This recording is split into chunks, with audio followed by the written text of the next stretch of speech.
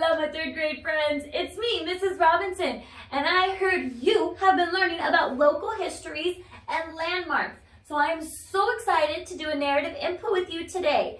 We are going to be reading Pop's Bridge, and as you can see, we have the beautiful Golden Gate Bridge right behind us as we speak. Shout out to Miss Holbert's last year's third grade class for coloring it in so beautifully so we could reuse it again. Thank you very much. So yes, that's what we're going to be doing. Ready? We're going to be reading this story via my very cool interactive pictures. Then we're going to place these pictures along my beautiful Golden Gate Bridge poster. Are you ready? Let's get started. Let's read our story, Pop's Bridge by Eve Bunting.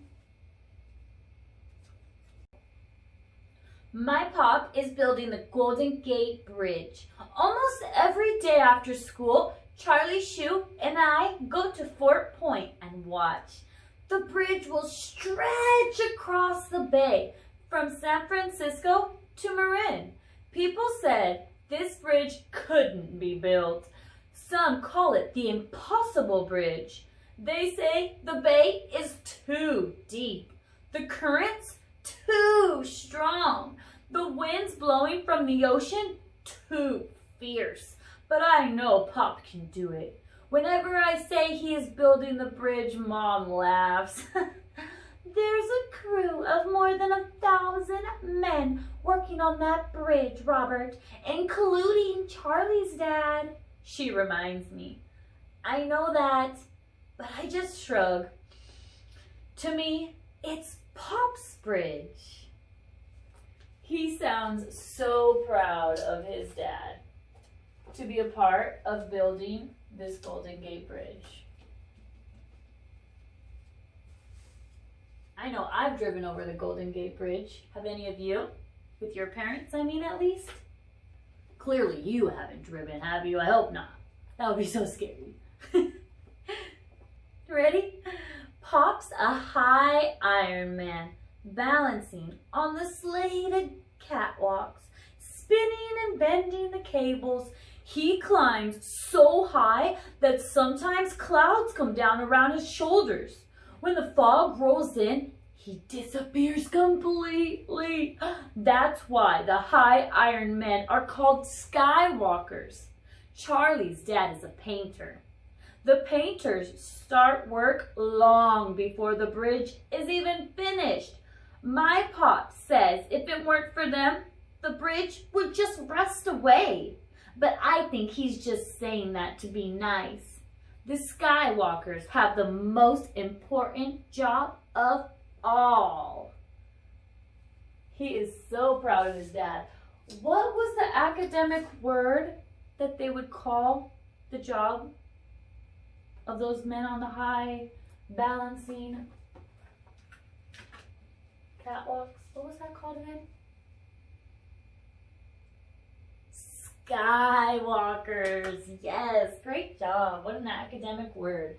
That's the professional name, Skywalkers.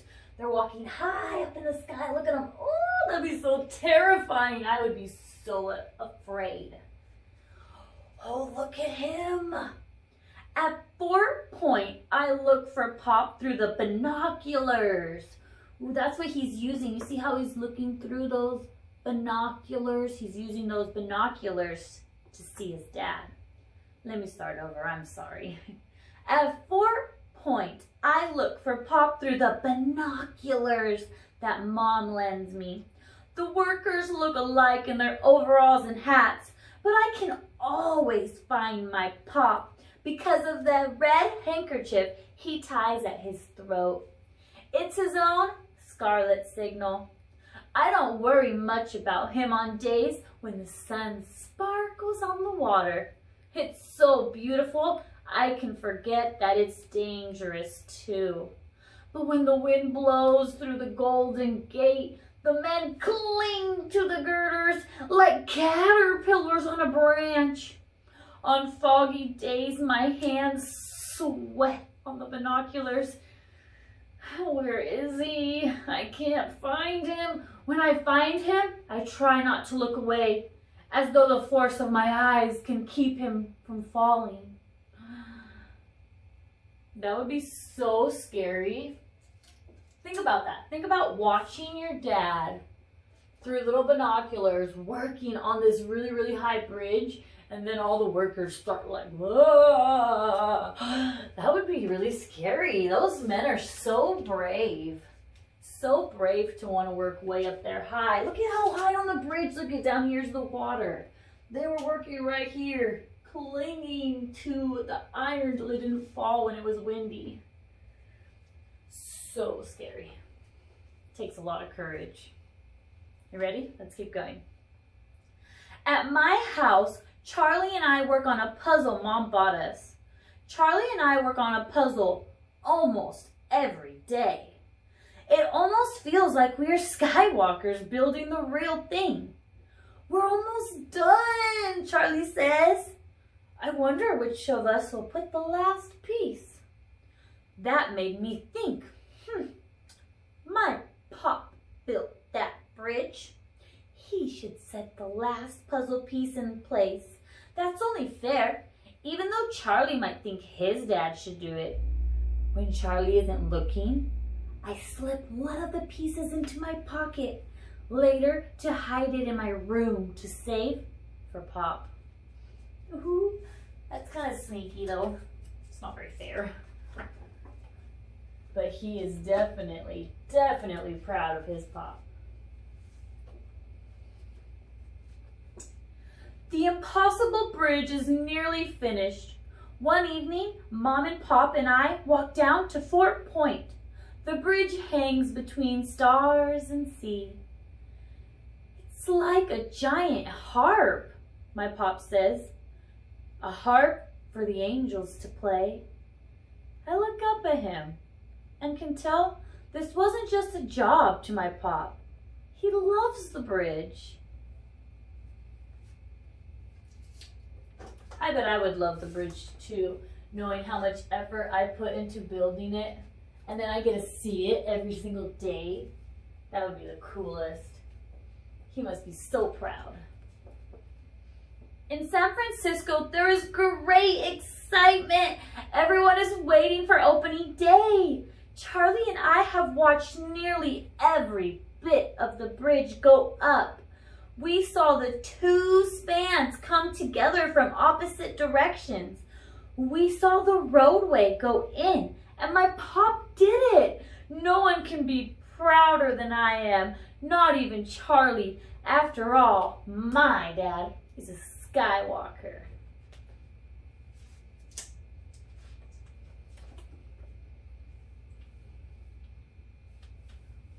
Ooh. Put it right there.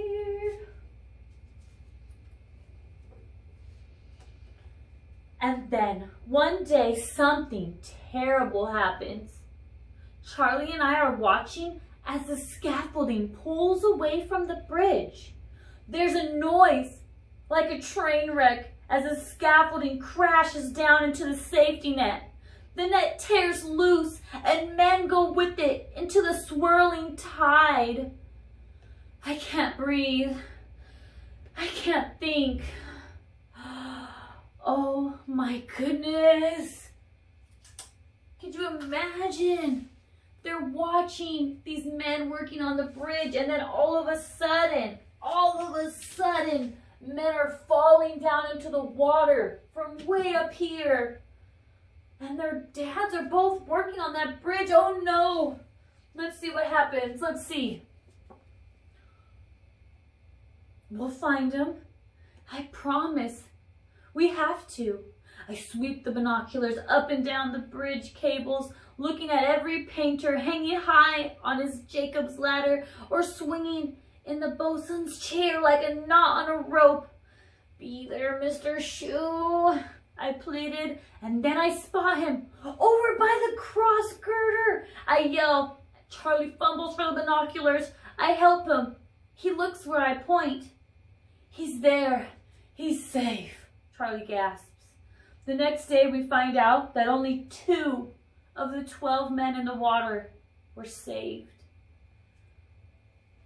Only 2 of the 12 men in the water were saved. How many does that mean were not saved?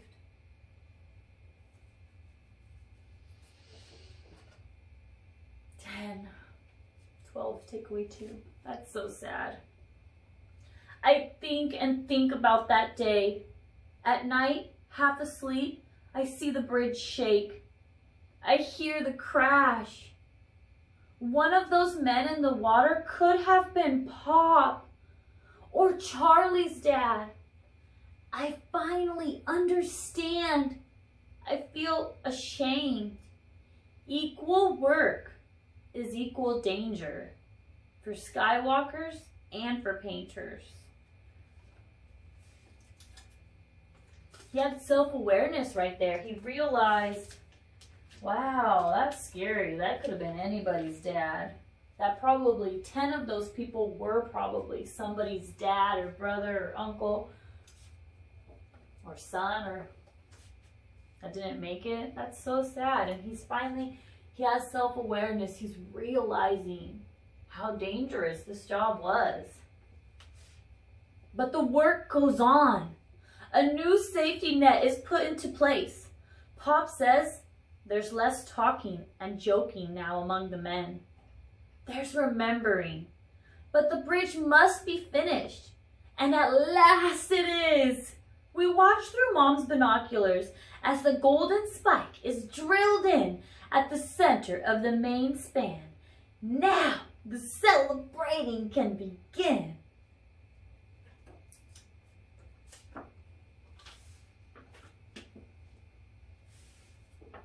Oh, look at this picture. On opening day, no cars are allowed. Thousands of people walk and dance and roller skate across the bridge, including us. I wear Pop's handkerchief around my neck. There's a man riding a unicycle. There's another on stilts. Navy airplanes fly above the great steel towers. Battleships and cruisers sail below the bridge and into San Francisco Bay. Wind strums its music through the stretch of the cables, and I think of my Pop's harp. That must have been so cool to be back in the time, to watch there not be a bridge there, and then all of a sudden there's a bridge there. So cool. I'm going to move this over here so I can put this picture, because I did not space out my pictures enough. I have 2 more. 2 more for this round, friends. You're doing great. Hang with me. That night, our family has our own party with Charlie and his dad. There's stewed chicken and a Chinese noodle dish that Charlie's dad made and a snickerdoodle pie. The jigsaw puzzle sits on the coffee table with a gap in the middle. I've searched and searched for that missing piece, my mother says.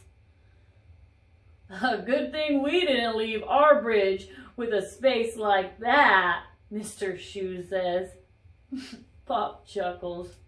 We'd be working still. It's time. I slip upstairs to get the hidden puzzle piece. Then I find the scissors and I cut the piece carefully in half. I go back down and put a half piece in Mr. Shoe's hand and the other half in my Pop's. Finish it, I say. It's your bridge. It belongs to both of you. My mother raises her eyebrows and Charlie says, hey, where? But I just watch as the 2 pieces fit in so perfectly. Team effort, my Pop says. Team effort. That it sure is. We raise our glasses to celebrate the laborers and the riveteers and the carpenters and the painters and the Skywalkers. All the men who worked together to build the most beautiful bridge in the world. What a great story. I love it, and it is such a great inspiration to remember how our landmarks were made and how real people like Pops and Mr. Shoe are people who worked hard and put in a lot of team effort to create such beautiful monuments. Now that was round one. Thank you so very much for listening to my story of Pop's Bridge. I want you to take a break or maybe come back tomorrow for round two. Round two is we're going to be listening for some academic words. I'm going to be talking about them, and then we're going to reread the story, starting with our beginning and going all the way to the end. And when we hear the academic word, we're going to put that word on our poster. So it's just going to be a very great, amazing interactive board. So stay tuned. See you in a little bit. Bye.